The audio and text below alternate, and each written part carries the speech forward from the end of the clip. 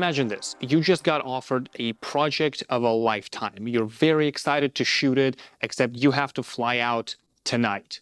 So you pack all your stuff, you rush to the airport, you take a flight to Guatemala, and when you get to the location, you pull out your camera and you're out of battery. Now, this never happened to me, of course, because I'm very diligent with my stuff, but it could. You never know. And if you do any sort of serious photography or video work, you probably have a fair bit of equipment.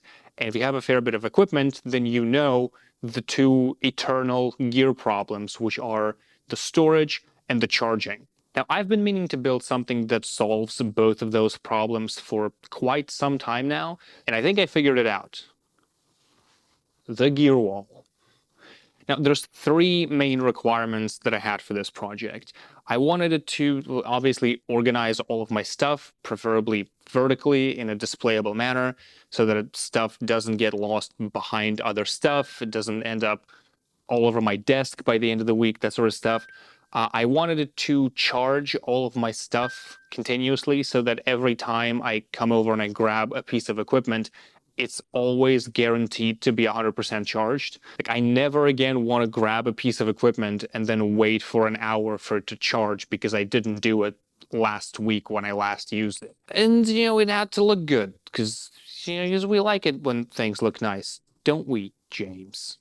Bonus points if it doesn't cost too much, and I think I figured all of those points out pretty well, and now I'm going to tell you how you can build your own gear wall, and you can't stop me. Now, there's a couple of key components that we're going to need, and it all starts with a pegboard. Now, there's a whole bunch of pegboard options out there, and most of them are trash. The one we actually want to use is the IKEA SCADAS board, or the gamer version that they have, because in some regions they don't have SCADAS available in black, but they have the gamer one, which has this ugly pattern on it. But luckily, if you just flip it around, there's no pattern, it's just matte black and super nice. It's also exactly the right dimensions, and it's made out of wood, which is going to be important later. It's called foreshadowing.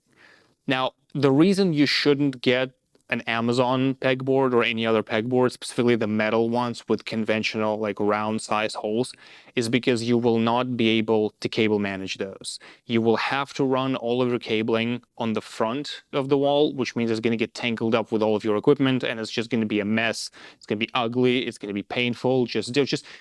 Just do what I tell you to do and nobody gets hurt, okay? Once you have your pegboard, and while you're at IKEA, you might as well grab some of their accessories. I got some of their shelves. I got this little slide out container thing that I'm using for things I just never know what to do with. A whole bunch of their long hooks, a couple of small ones. I didn't really end up using the small ones too much. Some of these cable hangers turned out to be pretty convenient. And also, if you have access to a 3D printer, you want to go to Thingiverse and you want to just type in SCADAS, and you will have hundreds of things that people have made for these pegboards. They have headphone holders, SD card holders, controller mounts, all kinds of, like, anything you can possibly think of, somebody has probably designed for these IKEA boards. Now, I'm going with a two-piece configuration, which means that I'm going to have to find a way to attach the pieces to each other. My first thought was to use the little beam bracket thing that came with each board, but the problem is it's a little too bendy, and I don't trust all of my expensive gear to be hanging on this thing, because I feel like one day it's just going to bend and it's all going to come crashing down. So I went to my local hardware store and I got these aluminum bracket thingies, which are definitely not going to bend. They're also about 1 meter long, which is 3 feet, give or take. And it's basically the exact right length to attach two segments to each other. Additionally, you want to get some M6 screws and some nuts and washers for them. This is going to be used to actually attach the board to the bracket. Don't get ones that are thicker than M6, because these will fit through the peg holes and the larger ones won't, so you'll have to drill through the board, which we don't really want to do.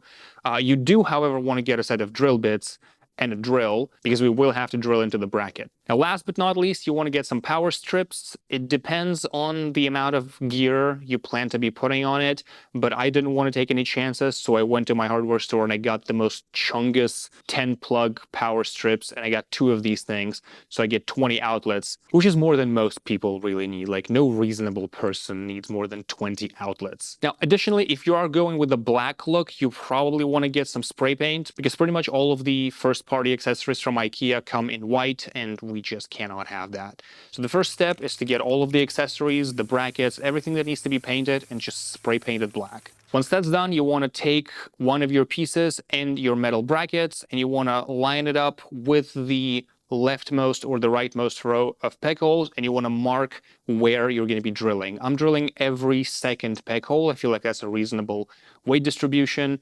So once you're done marking that up, grab your drill and, drill. Once you're done, it should look like this. Then you can grab your M6 screws, which I've also spray painted black so that they match the look of the board. You're going to put them through the peg holes, through the holes that we just drilled in the bracket, and put a nut on the other side so that it ends up looking kind of like this.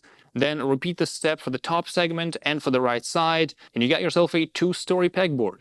Pretty neat. Now, these clamps at the bottom are what I'm using to attach the pegboard to my desk, because I'm renting this apartment. I'm not allowed to drill into the walls.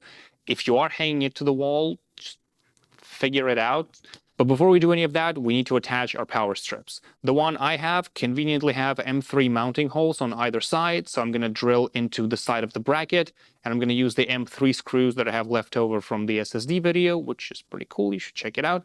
And I attach these on the opposite sides. I'm going to put one of them at the bottom and one of them at the top, so that the stuff that goes to on the top of the wall don't need to run too much cable, because I can just plug it into a nearby outlet. Now, once that is done, just clamp it to the desk and you're gonna have something like this. And now it's time for everyone's favorite part, cable management. Yay. Now, there isn't really much to cable management here. I just left most of the cables coiled up and hanging behind where they were, because you don't have to run that much cable with the power strips being right there. In fact, for some of the accessories, I managed to reuse these cables from the SSD video that you should check out, because it's really good, because the plug is directly behind the thing I'm charging, so I don't really need a 3-foot cable. Now, for chargers, really dealer's choice. I'm going with Ugreen because it's the company that I've been using for a while. They are not sponsoring this video. They just make really good stuff. And they have fast chargers with multiple ports, which is very useful. I ended up with about 15 chargers and about twice as many cables, because... And what I do recommend you do when you're buying your cables is get an equal amount of straight ones and 90-degree angled ones, because the angled ones will be much nicer to mount to certain devices. Now, when you try to run the cables, you will notice pretty quickly that most of them probably don't fit through the peg holes. This is the part that we have foreshadowed earlier. This is the reason why we got the wooden pegboard instead of the metal one, because what we're going to have to do is widen those holes a little bit. Now, there's a couple of ways you can do this. You can get a box cutter or an X-Acto knife, and you can sort of chisel the sides of the peg holes until the cable fits. Or you can stop acting like a fucking caveman and embrace the fact that we as a civilization have invented power tools. I'm using a Dremel 3000 with this routing bit from this bit set, and it cuts through the pegboard like butter. One thing you will end up with if you do this is you're going to have the paint shaved off, so you will have the raw wood in the holes that you're running cables through, and you can honestly just cover it up with a Sharpie or some acrylic paint, or you can leave it as is to demonstrate the raw and the manliness of your new gear wall, which is what I did, and definitely not because I just forgot to paint over it before making this video. Now, the last thing I did is I got this metal shelf from IKEA, and I just put it in front of the pegboard, and this is where I have my desktop charger for things like the Steam Deck or, occasional stuff that I might need to charge during the day. This is also where things go that don't necessarily need charging, like my Super 8, stuff that I just want to have available and not having to remember where I put it. And overall, I think it looks pretty good. Now, one thing that you probably noticed, but I didn't mention yet, is the lighting. About halfway through making this, I thought, you know what, let me add some RGB to it, because it's going to make it look nice and, saves me a light, and I can hook it up to my other house lights and control it with the Home app. So I went out and I got a cheap LED strip from TP-Link. Wait, the Wi-Fi company? They make LED strips now? Anyway, LED strip from TP-Link, I just wrapped it around the pegboard and plugged it into one of the power strips, and it just works. And it looks pretty good, and I'm pretty happy with how it turned out. And that's it. That's how you make your own gear storage charging wall from an IKEA pegboard with some spray paint and power tools. It's a little bit involved, but I've been using this thing for about a week now, and I honestly couldn't be happier. Just the confidence that it gives you that your stuff is definitely going to have charge when you need it is so worth it. And before you go into the comments and say, hey, Max, you're not really supposed to keep things charging all the time. You know, lithium batteries, they need to be discharged for storage and all that kind of stuff. Listen, we have power controllers and things now. Both the batteries and the chargers know how to deal with this. I guarantee you your DJI batteries are not going to die if you keep them plugged into a DJI charger. Like, it's going to be fine, James. I promise. You'll be fine. But anyway, that's it for this video. I hope you guys enjoyed it. I hope you found it useful. Let me know if you did. You know, smash that like button, assault that subscribe button, you know, do all of the things. And I will see you in the next video, which is going to be very cool. So thank you for watching. And remember, they're still watching both of us.